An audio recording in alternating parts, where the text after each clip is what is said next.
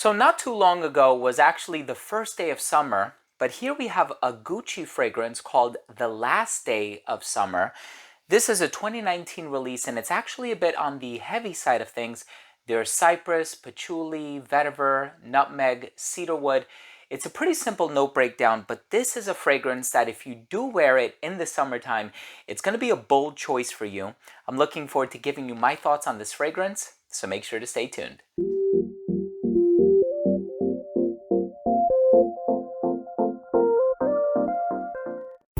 Before I begin today's episode and I give you my thoughts on The Last Day of Summer, which I think is part of the Alchemist Garden collection by Gucci, it's a little bit more expensive than their standard line, which you would find at like a Macy's or a Sephora or something like that. I do want to start the video off first by saying that if you're a fan of fragrance-related content, please do consider supporting the channel by subscribing to it, hit the bell, and please give this video a thumbs up as it would greatly assist with the YouTube algorithm.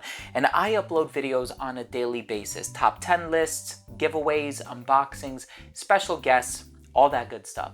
Now, I do have another fragrance called A Midnight Stroll. That one is very dark, very smoky. Of course, the perfumer is Alberto Morillas for this fragrance as well. And this fragrance is also perhaps a bit on the darker side as well. Of course, it doesn't utilize birch or anything overtly smoky or anything like that.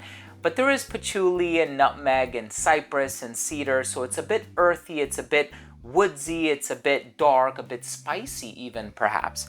In any case, is this an ideal summer fragrance, or is this one that you should quite literally wait until the last day of summer to start wearing when we're kind of at the beginning of autumn there? I'm looking forward to giving you my thoughts on this fragrance, but let's go ahead and start things off with a quick look at the presentation.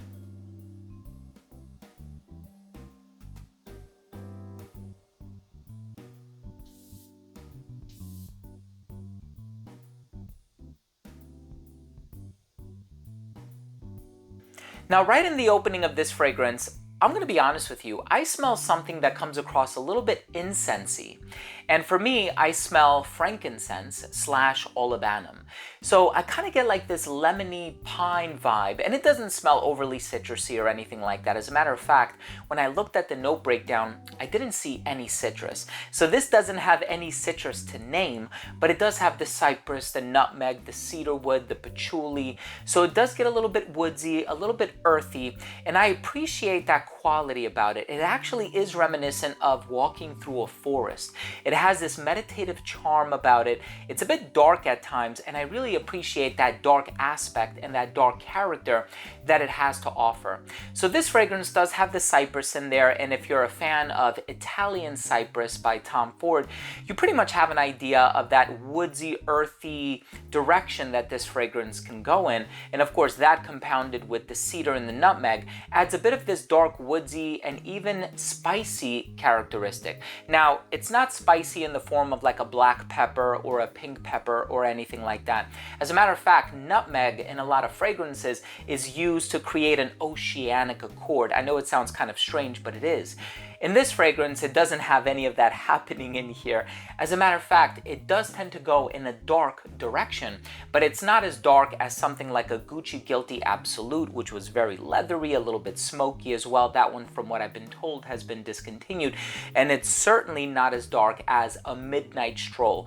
That might be the darkest, most enigmatic, and most mysterious and most daring fragrance that Gucci has ever manufactured. So A Midnight Stroll is very, very, very dark.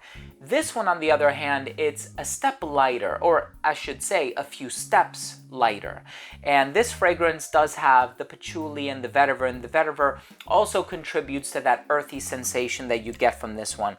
So what is this going to be reminiscent of? You're walking through a forest, you're surrounded by woods, a few spices, it smells very natural, in a literal sense, pertaining to nature, I mean. Not to suggest that all of the ingredients in here are natural, no way. You have a majority synthetic ingredients, but it does have that natural quality and splendor about it that I really do enjoy. So this is one that I would certainly say wait until the beginning of autumn, or quite literally the last day of summer, to start wearing this one. If you live in a bit of a colder climate, of course you can wear this one right away. You don't have to wait until a particular season.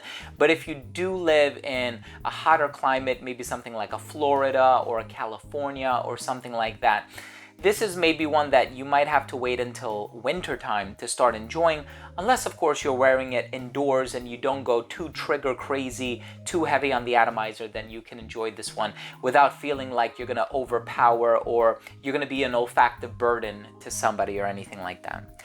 Let's go ahead and finish things off with my overall assessment. Now, first up, in terms of the uniqueness and the overall smell, for me, this is a unique fragrance. Of course, I've tried other fragrances with cedarwood. Mr. Marvelous is an amazing Byredo fragrance that has cedar in it. Super Cedar is another one they've manufactured.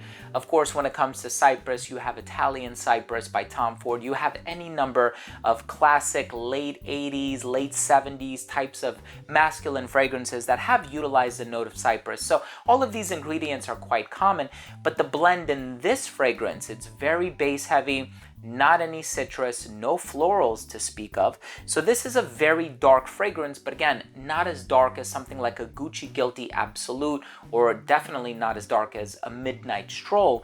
And it just goes to show you the versatility of perfumer Alberto Morillas, who is, without a shadow of a doubt, one of the greatest perfumers out there. Longevity on this stuff is 10 plus hours. The projection was great for the first hour of application. It never radiated beyond an arm's length. It became an elbow's length scent right around hour 6.5 or 7. It became a skin scent right around hour 10. As far as the versatility is concerned, I think a lot of people would argue that this is masculine leaning. This is great for the colder weather. This is great for a dressed up scenario, and also probably a little bit more appropriate for somebody who's a little bit older and a little bit more experienced when dealing with niche fragrances. And of course, as far as the presentation is concerned, I don't have the box. I do apologize for that, but the bottle with the apothecary style silhouette, I think it looks very nice. And I do like the white look with the green and gold accents on the front here. My final verdict on this fragrance is I think it's a dark expression from the house of Gucci. If you're a fan of earthy, green, woodsy fragrances, check out The Last Day of Summer. It's been around for about 4 years now. It came out in 2019. I do think it's a solid release, not the most accessible release that the brand has put out, and admittedly so, it is one that I have to be in the mood to wear. Thank you so much for joining me today. I hope you enjoyed my review of Gucci's The Last Day of Summer. If you have any experience with the brand of Gucci, if you have experience with any of the Alchemist Garden fragrances, drop your comments down below. Always love interacting with my subscribers. And of course, if you learned something from today's episode, why don't you go ahead and hit that subscribe button, hit the bell, and please give this video a thumbs up. It would mean so much to me. Thank you so much for watching today. Love you guys. We'll see you tomorrow. Bye.